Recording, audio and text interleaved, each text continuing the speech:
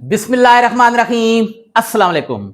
अल्हम्दुलिल्लाह, आज हम लोग स्टार्ट कर रहे हैं फर्स्ट ईयर केमिस्ट्री और यूनिट नंबर 2। बेटा यूनिट नंबर 1 जो है वो क्यों नहीं पढ़ रहे? वो फॉर्मेटिव है, बोर्ड के एग्जाम में उसमें से क्वेश्चन नहीं आएगा। तो जनाब यूनिट नंबर 2 है एटॉमिक स्ट्रक्चर। आसान सा चैप्टर है, बहुत सारी चीजें वही हैं जो आप लोगों ने 9th के अंदर पढ़ी हैं या 10th के अंदर पढ़ी हैं, तो ये आसान हो जाएगा आप लोगों के लिए। बेटा इसका फर्स्ट टॉपिक है brief history of atomic models. भाई एटॉमिक मॉडल्स कौन कौन से अब तक पेश किए जा चुके हैं जो आप लोग पढ़ चुके हैं। सबसे पहले डाल्टन एटॉमिक मॉडल, फिर रदरफोर्ड एटॉमिक मॉडल, फिर बोहर एटॉमिक मॉडल, और उसके बाद क्वांटम मैकेनिकल मॉडल। ये 4 मॉडल इसके बाद भी हैं, लेकिन आप लोगों के लेवल के नहीं है। अभी तक आप लोग छोटे हैं, जब बड़े हो जाएंगे ना तो फिर इंशाल्लाह पढ़ेंगे। लेकिन मेरी ख्वाहिश ये है, अल्लाह करे कि आप लोग ये न पढ़ें, आप लोग को ये न पढ़ना पड़े। मेरी ख्वाहिश ये है कि आप लोग डॉक्टर बने, इंजीनियर बने, या किसी अच्छी फील्ड में जाएं। हम काफी हैं ये मॉडल पढ़ने के लिए, ठीक है जी। अच्छा, हिस्ट्री में यही तो पढ़ना है ना, एटॉमिक मॉडल वगैरह के बारे में पढ़ना है। ये देखें ना, brief history of atomic model. तो सबसे पहला जो एटॉमिक मॉडल पेश किया था वो कौन सा साइंटिस्ट था? Dalton's atomic model.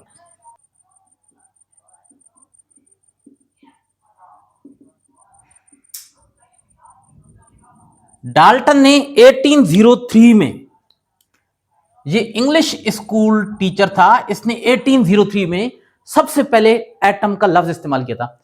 इससे पहले भी कुछ साइंटिस्ट थे, लेकिन उसका जिक्र विक्र आपकी बुक में नहीं है, तो हम भी नहीं करते भाई। इसने एटम के लिए जो लफ्ज इस्तेमाल किया था ना, दैट वाज एटमोस। और एटम का या एटमोस की मीनिंग पता क्या होते हैं? इनडिविजिबल, जिसको डिवाइड न किया जा सके।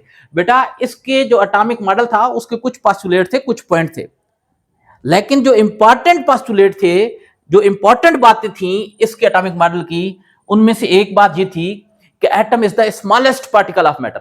यानी मैटर का सबसे जो छोटा जरा होता है वो एटम होता है। क्या मतलब? एटम से कोई और छोटा जरा नहीं है, क्योंकि सबसे छोटा उसने क्या कहा? एटम है। सबसे छोटे का क्या मतलब होता है? कि वो लास्ट लेवल का है, उससे कोई छोटा नहीं है। तो पहली जो बात उसने कही थी वो क्या थी? Atom is the smallest particle of matter. ठीक है जी, ये पहली बात उसने की थी। अब एटम से कोई छोटा पार्टिकल नहीं है, तो क्या मतलब है? एटम को अब आप डिवाइड करके मजीद छोटे पार्टिकल में कन्वर्ट नहीं कर सकते, क्योंकि वो सबसे छोटा है। इसके हिसाब से अब तो आप जानते हैं ना कि एटम से भी छोटे पार्टिकल हैं, लेकिन जब इसने ये बात की थी उस वक्त ये बातें पता नहीं थी। तो दूसरी जो इसने बात की थी वो क्या थी? एटम इज न काबिल तकसीम, जिसको आप डिवाइड नहीं कर सकते, उसको क्या कहते हैं इंग्लिश में? इनडिविजिबल। Indivisible particle.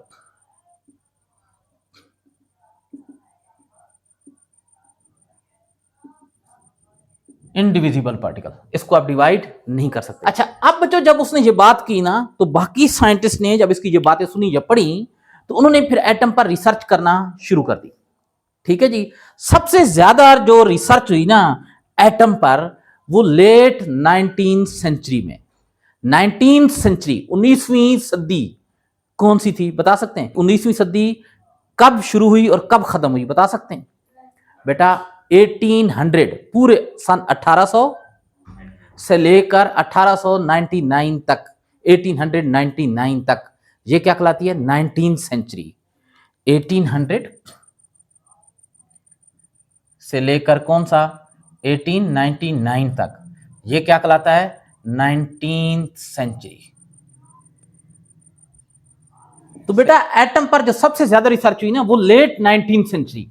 देखिए 19th सेंचुरी स्टार्ट हो रही है 1800 से 1899 तक जा रही है, तो लेट कौन सी होगी? शुरू वाले दिन ना, 1800 नहीं, आखिर वाले दिन, लेट 19th सेंचुरी, 1870। और इसके बाद एक साइंटिस्ट था जिसका नाम था विलियम क्रूक्स। विलियम क्रूक्स, उसने एक ट्यूब बनाई थी जिसे कहते हैं डिस्चार्ज ट्यूब। क्रूक्स, इसने क्या बनाई थी? डिस्चार्ज ट्यूब बनाई थी।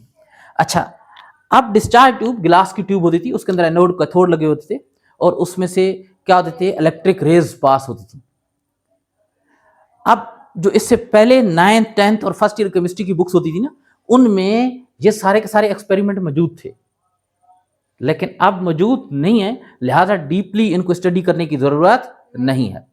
बेटा इस डिस्चार्ज ट्यूब को इस्तेमाल करते हुए एक साइंटिस्ट था, बड़ा फेमस साइंटिस्ट था, जिसका नाम था जे थॉमसन।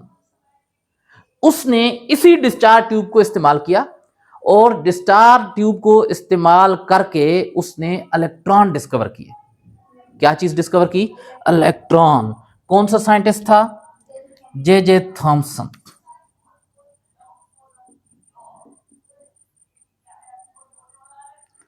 क्या उसने डिस्कवर किया था? इलेक्ट्रॉन।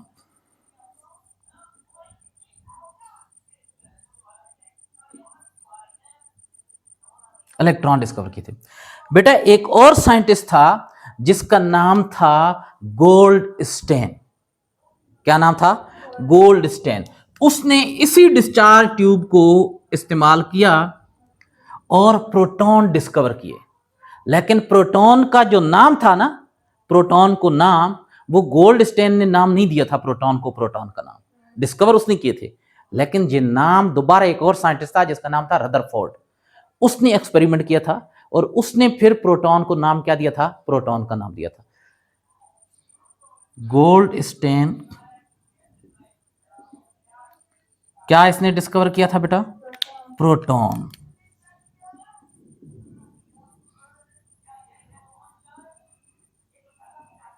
प्रोटॉन डिस्कवर किया था। बस यही दो पार्टिकल अभी तक आप लोगों को पता है ना? हाँ, एक और पार्टिकल भी है, उस पार्टिकल को क्या कहते हैं? न्यूट्रॉन। एक और साइंटिस्ट था जिसका नाम था चैडविक। क्या नाम था? चैडविक।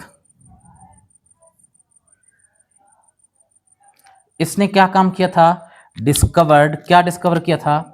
न्यूट्रॉन।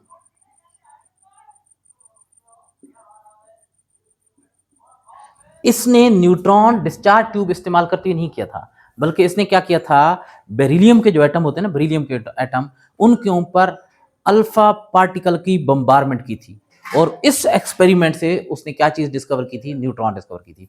तो आप जरा देखें, डाल्टन ने क्या कहा था कि एटम सबसे छोटा है, एटम को डिवाइड नहीं किया जा सकता। बाद में एक्सपेरिमेंट हुए और पता चला कि एटम तो आगे मजीद छोटे छोटे पार्टिकल से बना होता है। कौन कौन से वो पार्टिकल हैं? इलेक्ट्रॉन, प्रोटॉन और न्यूट्रॉन्स। अच्छा, इलेक्ट्रॉन, प्रोटॉन और न्यूट्रॉन को पता है क्या कहते हैं? कलेक्टिवली सब एटॉमिक पार्टिकल्स। तो पता चला कि नहीं, एटम सबसे छोटा नहीं है, बल्कि एटम से भी छोटे पार्टिकल हैं जिन्हें हम लोग सब एटॉमिक पार्टिकल कहते हैं, और एटम उन सब एटॉमिक पार्टिकल से बना होता है।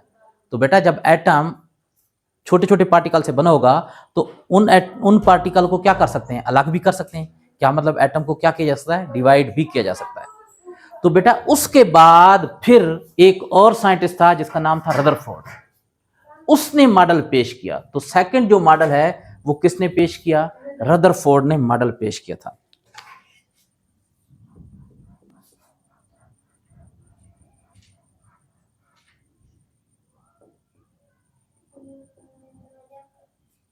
रदरफोर्ड ने एटॉमिक मॉडल पेश किया था, लेकिन रदरफोर्ड के एटॉमिक मॉडल के अंदर कुछ क्या थे? डिफेक्ट्स थे, ड्रॉबैक थे। फिर रदरफोर्ड का ये स्टूडेंट था जिसका नाम क्या था? नील बोहर। तो बोहर का जो एटॉमिक मॉडल है ना, केमिस्ट्री की हिस्ट्री में वो बहुत ज्यादा इंपॉर्टेंट है। उसके बाद जो मॉडल पेश किया गया, थर्ड वाला मॉडल, वो किसका था? Bohr atomic model. बेटा बोहर वो पहला साइंटिस्ट था जिसने क्वांटाइज्ड मॉडल पेश किया था, और सबसे बड़ी जो अचीवमेंट थी ना इसके मॉडल की वो यही थी कि इसका मॉडल कौन सा था? Quantized model. He was the first who proposed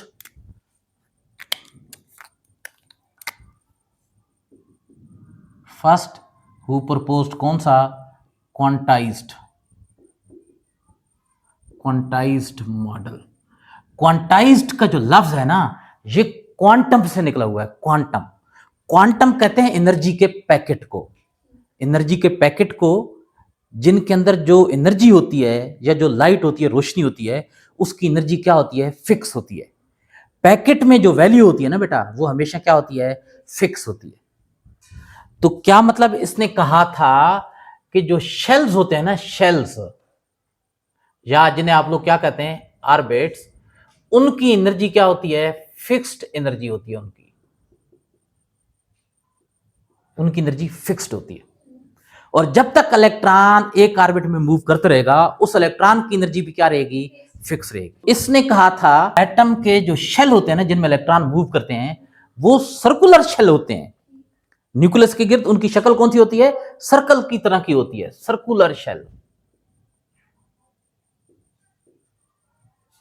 लेकिन ऑफ फिक्स्ड एनर्जी,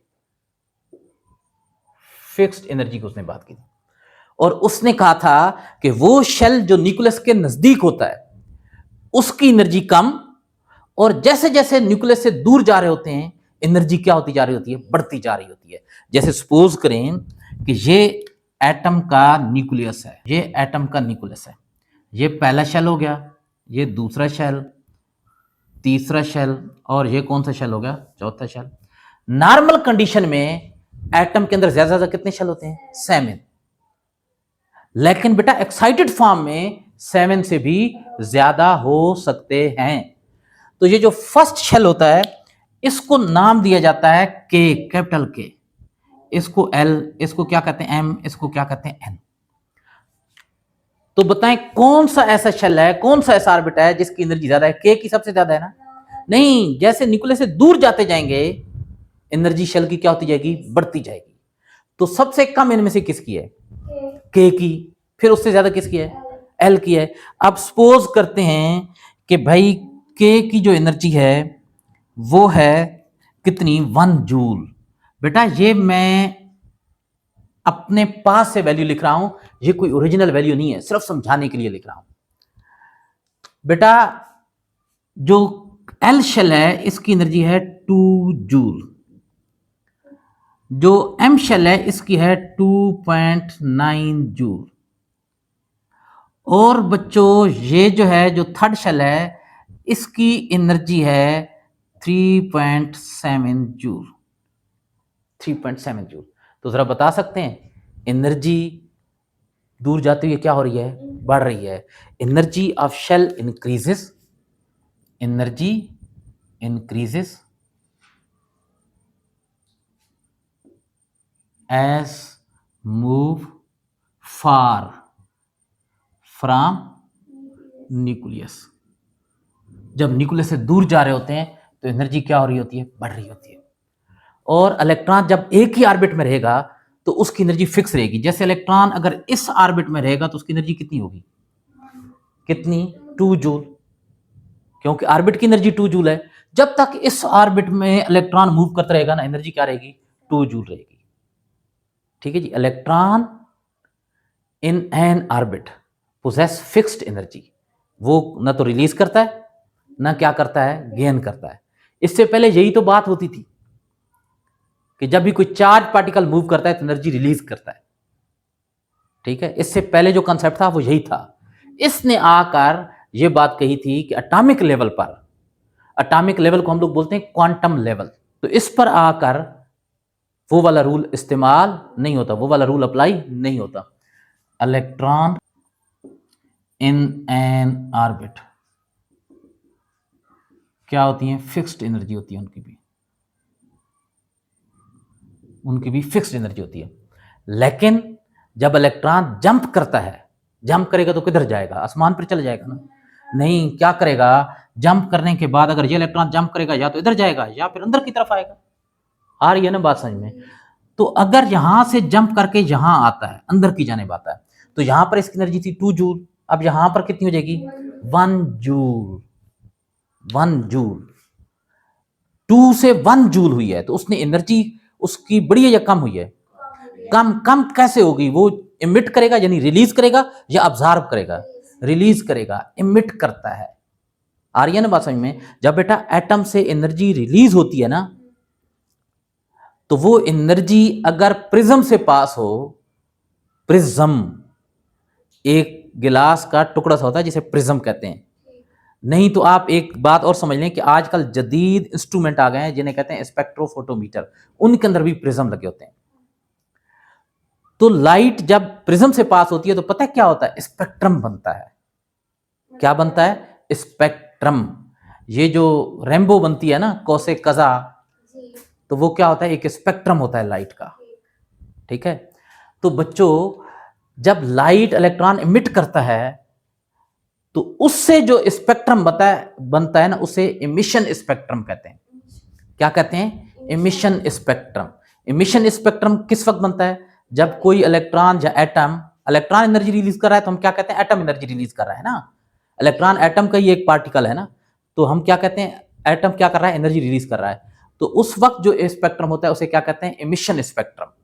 और जो एनर्जी एटम अब्जॉर्ब करता है उससे जब स्पेक्ट्रम बनता है ना, उसे क्या कहते हैं, अब्जॉर्प्शन स्पेक्ट्रम। ये बात मैंने इसलिए कर दी कि आगे चलकर यही बात हमने क्या करनी है, दोबारा इस्तेमाल करनी है। तो जरा देखें कि जब इलेक्ट्रॉन ज्यादा एनर्जी वाले ऑर्बिट से कम एनर्जी वाले ऑर्बिट में आता है तो फोटॉन यानी एनर्जी का जो पैकेट है उसको क्या बोलते हैं, फोटॉन भी कहते हैं। तो वो रिलीज होता है। क्या रिलीज होता है, एनर्जी रिलीज होती है ना, तो हम क्या कहेंगे, फोटॉन। क्या मतलब है, हर क्वांटिटी की एनर्जी नहीं, खास क्वांटिटी वाली, खास पैकेट वाली एनर्जी क्या होती है, रिलीज होती है। Photons are released when electron jumps from higher energy level to lower energy level and vice versa। उसका उल्ट भी होगा। जब इलेक्ट्रॉन एनर्जी अब्जॉर्ब करेगा, बाहर से आपने एटम को हीट किया या एटम को खास किस्म की रोशनी दी, रोशनी भी क्या होती है, एनर्जी होती है। तो वो एनर्जी पता है पहले कौन सी चीज अब्जॉर्ब करेगी, इलेक्ट्रॉन। इलेक्ट्रॉन एनर्जी अब्जॉर्ब करेगा तो इलेक्ट्रॉन, अगर इस इलेक्ट्रॉन ने एनर्जी अब्जॉर्ब की, पहले 2 जूल थी, तो क्या बाद में भी अब्जॉर्ब करने के बाद भी इसकी एनर्जी 2 जूल ही रहेगी ना, नहीं, क्या हो जाएगी, बढ़ जाएगी। जब इसकी एनर्जी बढ़ेगी तो क्या वो इसी ऑर्बिट में रहेगा, नहीं भाई, इस ऑर्बिट में तो 2 जूल वाले रहते हैं, तो वो फिर कहाँ चला जाएगा, बाहर वाले ऑर्बिट में चला जाएगा। ठीक है, तो इसी का मैंने क्या कर दिया, वाइस वर्सा, यानी इसका उल्ट, पहले वाली बात का उल्ट। पहले यहां से यहां रहा था, फोटॉन रिलीज हो रहे थे, जब यहां से यहां जाएगा तो फोटॉन क्या करेगा, अब्जॉर्ब करेगा। अब बच्चों इसके बाद ये है कि बोर ने अपने मॉडल से कुछ चीजें अचीव की थी, तो उन्हें हम लोग कहते हैं achievements of bore atomic model या बोर अचीवमेंट।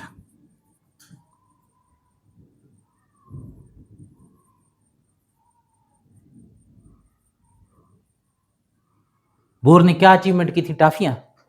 हाँ, बोर ने बच्चों अपने एटॉमिक मॉडल को ना इस्तेमाल करते हुए 3 चीजें बड़ी अच्छे तरीके से एक्सप्लेन की थी। सबसे पहले उसने हाइड्रोजन का जो एटम है ना, सिंपलेस्ट एटम, अब तक 118 किस्म के एटम डिस्कवर हो चुके हैं, बल्कि बाद लोग तो 122 और 128 किस्म के एटम की बात करते हैं कि डिस्कवर हो चुके हैं, लेकिन 118 तो कंफर्म है ना, क्योंकि वो तो किसके अंदर शामिल है, पीरियोडिक टेबल के अंदर मौजूद हैं। ठीक है जी, तो उन सब में जो सिंपलेस्ट है वो कौन सा है, हाइड्रोजन का एटम है। हाइड्रोजन के एटम के न्यूक्लियस में सिर्फ 1 प्रोटॉन और न्यूक्लियस के बाहर ऑर्बिट में सिर्फ 1 इलेक्ट्रॉन। बस सीधी सादी कहानी, छोटी सी अपनी फैमिली है। ठीक है, 1 प्रोटॉन और 1 इलेक्ट्रॉन, कोई न्यूट्रॉन वगैरह नहीं है। अच्छा, अब बच्चों जरा देखें, बोर ने जो हाइड्रोजन के एटम का रेडियस था ना, वो बड़े अच्छे तरीके से कैलकुलेट किया था। कैलकुलेटेड, क्या इसने काम किया था, कैलकुलेटेड कौन सी चीज, रेडियस ऑफ एच एटम। और बच्चों इससे पहले किताबों में बोहर एटॉमिक मॉडल के बाद जो टॉपिक होता था ना, वो यही होता था। ठीक है जी, रेडियस ऑफ हाइड्रोजन एटम। और वो बोहर के एटॉमिक मॉडल के पोस्टुलेट को इस्तेमाल करते हुए खुद कैलकुलेट करते थे, कोई इतना मुश्किल काम नहीं था। फिर उसके बाद बेटा उसने हाइड्रोजन के हर ऑर्बिट के अंदर इलेक्ट्रॉन की जो एनर्जी होती है ना, वो एनर्जी कैलकुलेट करने का भी फार्मूला उसने ड्राइव किया था। क्या मतलब? जी, हाइड्रोजन के भी शेल एक से ज्यादा होते हैं ना, जरा देखें, शेल तो और भी होते हैं, यानी नॉर्मली तो पहले शेल में इलेक्ट्रॉन होगा, एक इलेक्ट्रॉन पहले शेल में होगा, लेकिन इलेक्ट्रॉन को एनर्जी ज्यादा हो गई, ज्यादा मिल गई कहीं से, तो फिर क्या करेगा वो? बाहर वाले ऑर्बिट में चले जाएगा, और ज्यादा मिल गई तो उससे ज्यादा वाले में, और ज्यादा मिल गई, लेकिन वो यहां रुकेगा नहीं।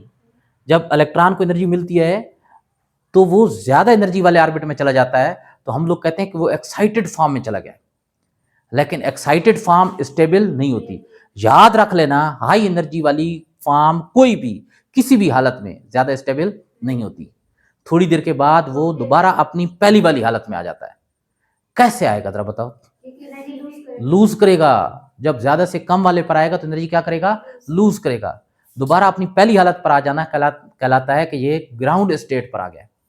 बेटा, जब किसी बंदे के पास ना पैसे ज्यादा आ जाए ना, तो उसके अंदर एनर्जी ज्यादा हो जाती है, फिर उसके पांव जमीन पर टिकते, वो एक्साइटेड हालत में चला जाता है, ऊपर उड़ना शुरू करता है।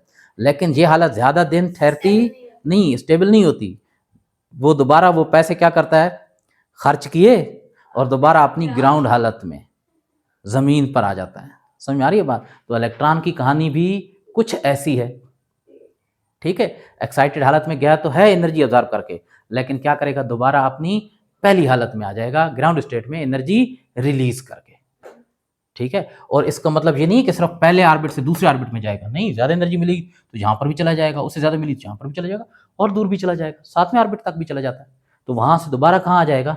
वापस आ जाएगा। ठीक है जी, तो हर ऑर्बिट के अंदर इलेक्ट्रॉन की जो एनर्जी थी ना, उसको भी बड़े अच्छे तरीके से कैलकुलेट किया था। किसने? बोर ने, अपने मॉडल को इस्तेमाल करते हुए कैलकुलेटेड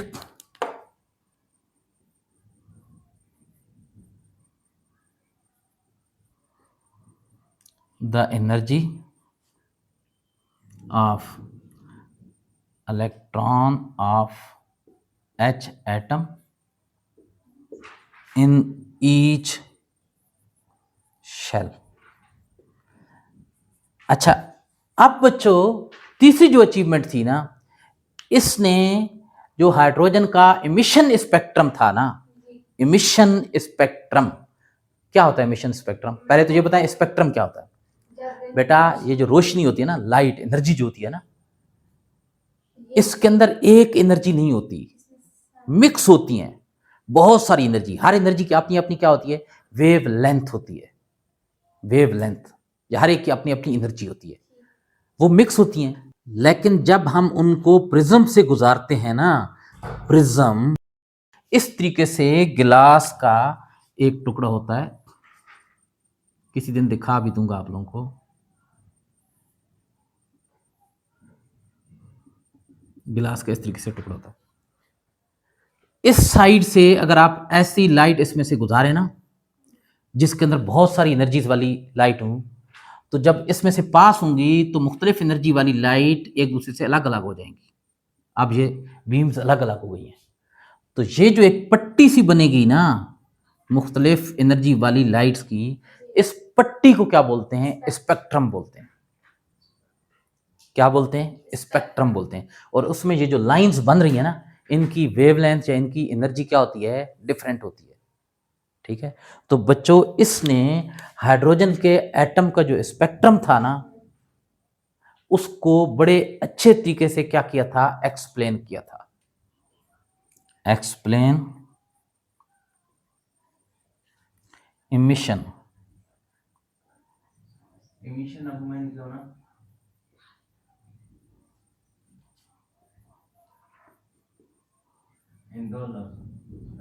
अच्छा, आप जरा देखें ना बच्चों, बात यह है, इमिशन, इमिशन इमिट करने को बोलते हैं। इमिट करने का मतलब रिलीज करना। तो ये स्पेक्ट्रम कौन सी लाइट का लिया गया, कौन सी एनर्जी के लिए गया? जब इलेक्ट्रॉन एनर्जी रिलीज कर रहा है ना। इमिशन स्पेक्ट्रम किस तरह का बन रहा था, इस साइड को मैं मिटा दूं तरह, जहां से स्पेक्ट्रम ना एक स्पेक्ट्रोफोटोमीटर से भी हासिल होता है। स्पेक्ट्रोफोटोमीटर के अंदर खास किस्म की जगह बनी होती है जिसे क्यूबिट बोलते हैं, उसके अंदर एटम डाला जाता है, तो एटम के इलेक्ट्रॉन को क्या की जाती है? एनर्जी दी जाती है। एनर्जी दी जाती है तो वो कहां चले जाते हैं? हाई एनर्जी वाले ऑर्बिट में। फिर वो क्या करते हैं? वहां रुके रहते हैं ना, वो एनर्जी क्या करते हैं, रिलीज करते हैं। वो एनर्जी रिलीज करते हैं, साथ क्या होता है, प्रिज्म लगा होता है, उस प्रिज्म में से वो एनर्जी गुजरती है, तो क्या बन जाता है आगे, स्पेक्ट्रम। एनर्जी की सारी जो एनर्जी की टाइप्स होती हैं, एनर्जी की जो वेवलेंथ होती हैं, वो क्या हो जाती हैं, अलग अलग हो जाती हैं। आगे रिकॉर्डर होता है, वो उसको क्या कर लेता है, रिकॉर्ड कर लेता है, ग्राफ की शक्ल में रिकॉर्ड करता है। तो अब जरा देखें, सपोज करें कि अगर ये हाइड्रोजन का एटम है, तो इसका स्पेक्ट्रम किस तरीके से बनेगा। बच्चों ग्राफ बनाना है ना, तो ये ग्राफ में दो एक्स होते हैं, एक्स और वाई। इस तरफ को हम लोग कौन सी चीज पुट करेंगे, एनर्जी। अब सपोज करें कि ये 1 जूल है एनर्जी, 1, ये कितनी है 2 जूल, ये कितनी है 3 जूल, यहाँ कितनी है 4, यहाँ कितनी है 5 जूल है। अब अगर इलेक्ट्रॉन, बच्चों यहाँ पर इलेक्ट्रॉन था, यहाँ पर, यहाँ से यहाँ गया, फिर यहाँ से यहाँ वापस आया, कितनी एनर्जी रिलीज करेगा, बता सकते हैं कितनी। यहाँ कितनी हो गई थी उसकी 2, 2 से यहाँ 1 पर आया 1। तो इसके लिए जो लाइन बनेगी वो कहाँ पर बनेगी, बता सकते हैं, इस जगह पर 1 पर बनेगी, वेल डिफाइंड लाइन होगी, ठीक है।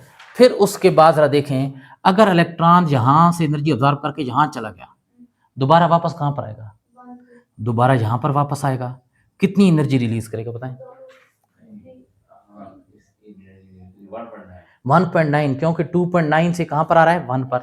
तो 1.9 क्या मतलब, यहाँ पर लाइन बनेगी ना, नहीं, यहाँ पर इस जगह पर तकरीबन लाइन बनेगी, ये 1.9 पर लाइन बनेगी, ठीक है।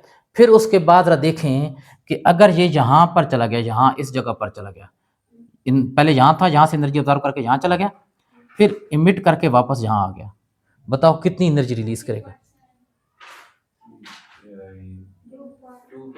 2.7। तो कहाँ पर आएगा 2.7, यहाँ पर आएगा ना, नहीं यहाँ पर आ जाएगा, तकरीबन यहाँ पर 2.7। अब सपोज करें कि ये हाइड्रोजन का स्पेक्ट्रम है, ये किसके हिसाब से, बोहर के हिसाब से। लेकिन बाद में कुछ मसाइल और पैदा हो गए। अच्छी रिजोल्यूशन वाले जब स्पेक्ट्रोफोटोमीटर बने ना, देखे ना, जैसे जैसे दिन गुजरता है टेक्नोलॉजी क्या होती जा रही होती है, बेहतर एडवांस होती जा रही होती है। पहले मोबाइल फ़ोन आए, उनके जो कैमरे होते थे उनकी इतनी रेजोल्यूशन नहीं थी। आजकल जो मोबाइल फ़ोन आ रहे हैं उनके कैमरों की रेजोल्यूशन क्या है, बहुत अच्छी आ रही है। तो इसी तरीके से पहले जो स्पेक्ट्रोफोटोमीटर बने उनकी रेजोल्यूशन इतनी अच्छी, बाद में जो स्पेक्ट्रोफोटोमीटर आए उनकी रेजोल्यूशन क्या हो गई, बहुत अच्छी, एडवांस रेजोल्यूशन हो गई। तो बच्चों जब हाई रेजोल्यूशन वाले स्पेक्ट्रोफोटोमीटर आए, हाई रेजोल्यूशन स्पेक्ट्रोफोटोमीटर, तो वहाँ पर ये देखा गया कि ये जो स्पेक्ट्रल लाइन थी ना, ये स्प्लिटेड फॉर्म में नजर आना शुरू हो गई। क्या मतलब, इनके साथ साथ और छोटी छोटी लाइन नजर आना शुरू हो गई। यानी स्पेक्ट्रम ऐसे नजर नहीं आता था जैसे यहाँ पर है, बल्कि स्पेक्ट्रम ऐसा नजर आना शुरू हो गया। स्पेक्ट्रल लाइन किस फॉर्म में नजर आना शुरू हो गई, स्प्लिटेड फॉर्म में। स्पेक्ट्रल लाइन स्प्लिटेड फॉर्म में नजर आना शुरू हो गई। स्पेक्ट्रल लाइन जो स्प्लिट होती है ना, वो किस वक्त होती हैं बेटा, नॉर्मल कंडीशन में नहीं होती। यानी अगर आप लोगों ने कोई एटम यहां पर रखा और एटम को आप लोगों ने एनर्जी दी, उसके इलेक्ट्रॉन एक्साइटेड हालत में चले गए, क्या मतलब, कम एनर्जी वाले ऑर्बिट से ज्यादा एनर्जी वाले ऑर्बिट में चले गए। अब एक्साइटेड हालत आपको पता है स्टेबल नहीं होती, तो वहां से इलेक्ट्रॉन वापस आएंगे तो एनर्जी इमिट करेंगे। वो जो एनर्जी इमिट होगी उसका जब स्पेक्ट्रम लेंगे, उसे एमिशन स्पेक्ट्रम कहते हैं, तो उसकी लाइनें इस तरह आती हैं। तो फिर ये लाइन स्प्लिट किस वक्त होती हैं बेटा, जब एटम को या तो इलेक्ट्रिक फील्ड में रखकर एक्साइट करें, या फिर जब उसको मैग्नेटिक फील्ड में रखकर एक्साइट करें। इलेक्ट्रिक फील्ड कैसे, इलेक्ट्रिक फील्ड का मतलब क्या होता है ये जरा समझ लें बेटा। अगर आप लोगों के पास ना कोई मेटल की प्लेट है, आप इस तरीके से रख देते हैं, इस तरीके से टेबल पर ना सीधी करके, जैसे ये रजिस्टर है ना, आप टेबल पर इस तरीके से सीधा करके रख देते हैं, ये टेबल है, टेबल के ऊपर रखिए। अब इसके साथ आप लोगों ने एक कॉपर की वायर जोड़ दी, या कोई भी ऐसी वायर, तार जिसमें से बिजली गुजर सकती है, वो आप लोगों ने जोड़ी, और उसको आपने बैटरी के पॉजिटिव टर्मिनल के साथ जोड़ दिया। बैटरी के दो टर्मिनल होते हैं ना, पॉजिटिव और नेगेटिव। इसके पैरेलल यानी दूसरी इस साइड पर, जैसे जरा देखे ना, ये है पॉजिटिव टर्मिनल के साथ जुड़ी हुई प्लेट, इस पूरी पर पॉजिटिव चार्ज आ जाएगा। उसके पैरेलल बिल्कुल सीध में इस तरीके से आपने एक और मेटल की प्लेट रख दी, इसको तार के साथ ना, ये वाली जो है, इसको तार के साथ जोड़कर बैटरी के नेगेटिव टर्मिनल के साथ जोड़ दिया। अब बेटा इस प्लेट पर पॉजिटिव चार्ज, इस पर नेगेटिव चार्ज है, तो इनके ये जो दरमियान वाला एरिया है ना, ये वाला जो एरिया होगा, ये वाला दरमियान वाला एरिया, ये कहलाता है इलेक्ट्रिक फील्ड। अब आप इस दरमियान वाले एरिया में एटम को रखें, किसी भी बर्तन वगैरह के अंदर, खास किस्म का बर्तन होता है जिसे क्यूबिट बोलते हैं, उसके अंदर आप एटम को रखें और एटम को आप हीट करें या कोई लाइट वगैरह दें, यानी कोई एनर्जी दें जिससे एटम के इलेक्ट्रॉन उस एनर्जी को ऑब्जर्व करके एक्साइटेड फॉर्म में चले जाएं। अब यहां पर इलेक्ट्रॉन एक्साइटेड फॉर्म में गए हैं तो बेटा नॉर्मल कंडीशन में नहीं गए, बल्कि इलेक्ट्रिक फील्ड के अंदर इलेक्ट्रॉन क्या गए हैं, एक्साइटेड फॉर्म में गए हैं। अब एक्साइटेड फॉर्म स्टेबल नहीं होगी, अब इलेक्ट्रॉन जब वापस आएंगे एनर्जी रिलीज करेंगे। उस वक्त जब स्पेक्ट्रोफोटोमीटर, और स्पेक्ट्रोफोटोमीटर भी आम नहीं, हाई रिजोल्यूशन वाले स्पेक्ट्रोफोटोमीटर से जब आप उनका स्पेक्ट्रम नोट करेंगे तो उसमें आपको ये वाली लाइन इस फॉर्म में, यानी स्प्लिटेड फॉर्म में नजर आएंगी। बेटा इसी तरीके से अगर आप मैग्नेटिक फील्ड, मैग्नेट के दो पोल होते हैं, कौन कौन से, पॉजिटिव और नेगेटिव पोल होते हैं ना मैग्नेट के, हाँ कौन से होते हैं, नॉर्थ और साउथ पोल। आप लोगों ने एक मैग्नेट का नॉर्थ पोल इधर रख दिया, दूसरे मैग्नेट का जहाँ साउथ पोल रख दिया, तो अब इन दो मैग्नेट के पोल के दरमियान वाला जो एरिया होगा ना, ये वाला एरिया, ये वाला जो एरिया होगा, इसको क्या कहेंगे, मैग्नेटिक फील्ड। अगर यहां पर आप एटम को रखकर उसका स्पेक्ट्रम नोट करेंगे ना, हाई रेजोल्यूशन वाले स्पेक्ट्रम से, स्पेक्ट्रोफोटोमीटर से, तो वहां पर भी आपको लाइन इस तरीके से स्प्लिटेड फॉर्म में नजर आएंगी। तो बच्चों स्पेक्ट्रल लाइन का स्प्लिट होना in the presence of electric field कहलाता है स्टार्क इफेक्ट। और बच्चों स्पेक्ट्रम लाइन का स्प्लिट होना in the presence of magnetic field क्या कहलाता है, ज़ीमान्स इफेक्ट या ज़ीमैन इफेक्ट। तो ये दो इफेक्ट हैं, इनके नाम आपकी बुक में गिवन है, लेकिन आगे एक्सप्लेन नहीं किया गया कि ये क्या होते हैं। मैंने आपको बता दिया, ये पता होना चाहिए, इसके बारे में पूछा जा सकता है।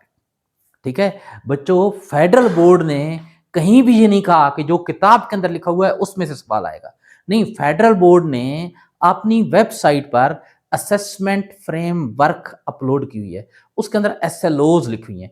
उन एसएलओज के अंदर जितनी भी चीजें हैं, उनके कॉन्सेप्ट्स आप लोगों के 100% क्लियर होने चाहिए, उनमें से कोई चीज भी पूछी जा सकती है।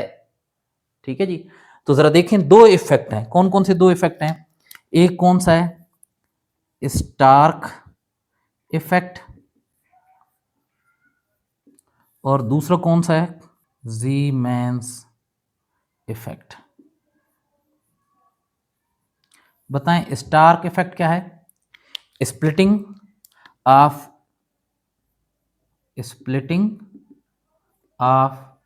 स्पेक्ट्रल लाइन इन कौन सा, इलेक्ट्रिक फील्ड।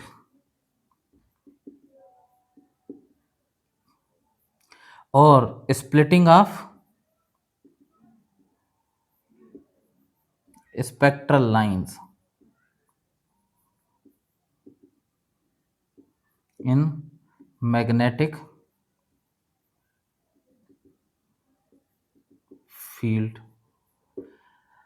अब बच्चों इन दो इफेक्ट्स को, यानी ये जो लाइंस का, स्पेक्ट्रल लाइन की जो स्प्लिटिंग है ना, इसको बोहर मॉडल एक्सप्लेन नहीं करता, और यही इसकी लिमिटेशन है।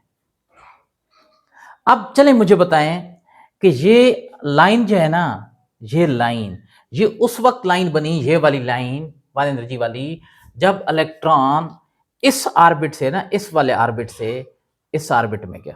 इस ऑर्बिट की एनर्जी 2 जूल थी, इधर 1 जूल थी, जाते ही इसने 1 जूल एनर्जी वाला फोटोन रिलीज किया, और उस फोटोन का स्पेक्ट्रम यहां पर ये जाहिर हो रहा है। ठीक है, अब ये 3 लाइनों में स्प्लिट हो गया। 3 लाइनों में स्प्लिट हुआ तो क्या मतलब है, क्या मतलब, ये जो स्पेक्ट्रम बन रहा है इसकी एनर्जी क्या है, इसकी एनर्जी 1 से थोड़ी सी कम है। इसकी एनर्जी जो बाद में ये जो लाइन बनी है, ये वाली लाइन, इसकी एनर्जी 1 से थोड़ी सी ज्यादा है। तो बता सकते हैं इस डायग्राम को देखकर कि ये इलेक्ट्रॉन कहां से आए होंगे। इसका मतलब ये हुआ कि जो कम एनर्जी वाला इलेक्ट्रॉन है ना, वो थोड़ा सा अंदर यहां से इधर गया है, 1 वाला यहां से गया है, और 1 से थोड़ा सा ज्यादा वाला यहां से गया है। क्या मतलब, ये वाला जो ऑर्बिट है ना, ये जितने भी ऑर्बिट हैं, ये इलेक्ट्रिक फील्ड या मैग्नेटिक फील्ड की मौजूदगी में आगे स्प्लिट हो जाते हैं। तो बेटा एक साइंटिस्ट था जिसका नाम था हेजनबर्ग। आगे जो काम है ना चौथे नंबर पर वो किसका है? हेजनबर्ग का है। तो मैं यहां पर लिख रहा हूं हेजनबर्ग।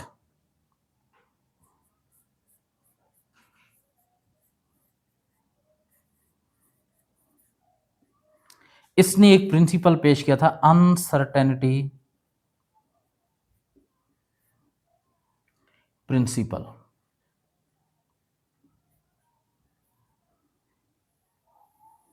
अनसर्टेनिटी प्रिंसिपल, अनसर्टेनिटी किसको बोलते हैं? अनसर्टेनिटी के वैसे मीनिंग तो होते हैं बेयकीनी, ठीक है, लेकिन अनसर्टेनिटी यहां पर शो करती है एक रेंज को। तो उसने कहा था, वैसे तो अनसर्टेनिटी प्रिंसिपल की जो स्टेटमेंट है वो कुछ और है, लेकिन इसके मुताबिक यहां पर कोई खास स्पेस हो सकती है इस जगह पर जहां इलेक्ट्रॉन किसी भी जगह पर हो सकता है, यहां हो सकता है, यहां हो सकता है या यहां हो सकता है, यानी सिर्फ एग्जैक्ट इस लाइन पर नहीं, इस लाइन से थोड़ा सा अंदर और बाहर।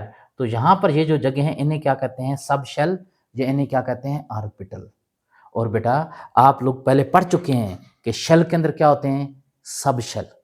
कौन कौन से सब शेल होते हैं? एस, पी, डी और एफ, ठीक है। और उन सब शेल के अंदर फिर क्या होते हैं? ऑर्बिटल। जैसे एस के अंदर सिर्फ एक ही ऑर्बिटल होता है एस, पी के अंदर 3 होते हैं, P X, P Y, P Z, D के अंदर 5 होते हैं, एफ के अंदर 7 होते हैं। तो यहां पर बेटा इसने कंसेप्ट दिया था कौन सा? मैं इधर इसको मिटाकर यहां पर ये बात समझा देता हूं। इसने कौन सा कंसेप्ट दिया था? सब शेल्स और ऑर्बिटल्स का। सब शेल्स और कौन सी चीज? ऑर्बिटल्स का। बताएं सब शेल्स क्या होते हैं? शेल के अंदर, शेल आगे डिवाइडेड होता है किसके अंदर? सब शेल के अंदर। और ऑर्बिटल्स क्या होते हैं? वो जो सब शेल होते हैं वो आगे मजीद डिवाइडेड होते हैं किसके अंदर? ऑर्बिटल के अंदर। तो क्या मतलब? शेल्स इन सब शेल और ऑर्बिटल से बने होते हैं। बेटा इन्हें कहते हैं कंप्राइजिंग पार्ट।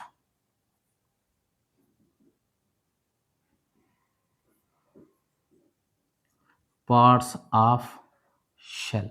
क्या मतलब? शेल को बनाने वाले पार्ट्स जिनसे शेल बना होता है। और बच्चों इन्हीं सब शेल और ऑर्बिटल्स की बेस पर, यानी हेजनबर्ग अनसर्टेनिटी प्रिंसिपल की बेस पर, फिर आगे एक नया मॉडल पेश किया गया जिसे क्या कहते हैं? क्वांटम मैकेनिकल मॉडल, लेकिन उसका जिक्र आपकी बुक में नहीं है। ये बेटा थी brief history of atomic model.